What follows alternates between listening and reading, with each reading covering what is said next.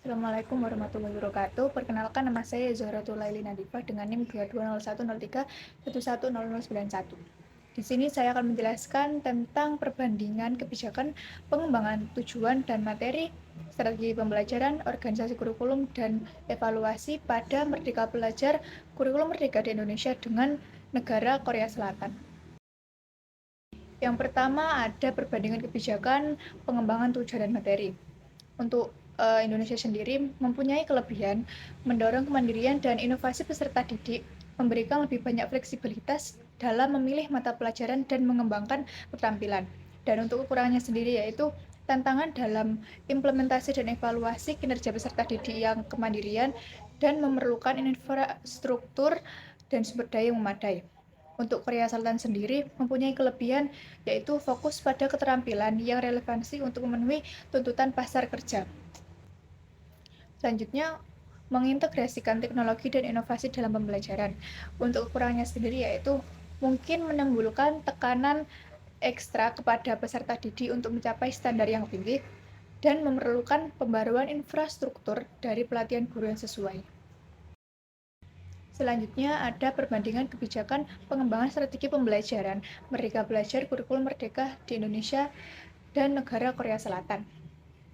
Untuk Indonesia sendiri itu mempunyai kelebihan yaitu pemberdayaan siswa, fleksibilitas kurikulum, pengembangan keterampilan, dan konseptual yang realistis lokal. Untuk kekurangannya sendiri yaitu tantangan dalam implementasi, kesenjangan antar sekolah, dan evaluasi pengukuran. Untuk Korea Selatan sendiri itu mempunyai kelebihan dalam ketertiban dan kompetisi, integrasi teknologi, prestasi akademis. Nah, untuk kekurangan dari Korea Selatan itu tekanan psikologis, kurangnya pengembangan keterampilan non-akademis, dan terakhir kurangnya kreativitas. Yang ketiga, ada perbandingan kebijakan organisasi kurikulum pembelajaran Merdeka Belajar Kurikulum Merdeka pada Indonesia dengan negara Korea Selatan. Nah, untuk kelebihan dari negara Indonesia sendiri itu pertama ada fleksibilitas, kreativitas, yang kedua ada relevansi lokal, yang ketiga ada pembelajaran berbasis keterampilan. Nah, untuk kekurangannya sendiri itu ada kesetaraan dan kualitas, pemahaman dan penyelarasan, dan evaluasi yang tantang.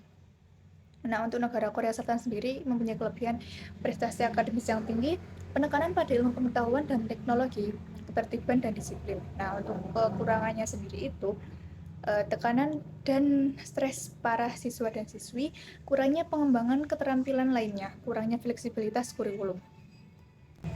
Nah, yang terakhir ada perbandingan kebijakan evaluasi Merdeka Belajar Kurikulum Merdeka di Indonesia dengan negara Korea Selatan.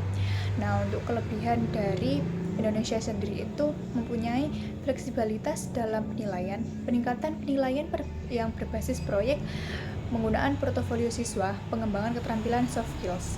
Nah, untuk kekurangannya itu ada tantangan dalam kesetaraan dan implementasi yang konsisten. Untuk negara Korea Selatan sendiri mempunyai kelebihan pentingnya ujian standar, penggunaan penilaian yang formatif, dan dampak prestasi akademis. Nah, kekurangannya ada tekanan psikologis pada siswa dan kurangnya fokus pada keterampilan non-akademis. Sekian presentasi dari saya. Jika ada salah dan kurang, mohon maaf yang sebesar-besarnya. Wassalamualaikum warahmatullahi wabarakatuh.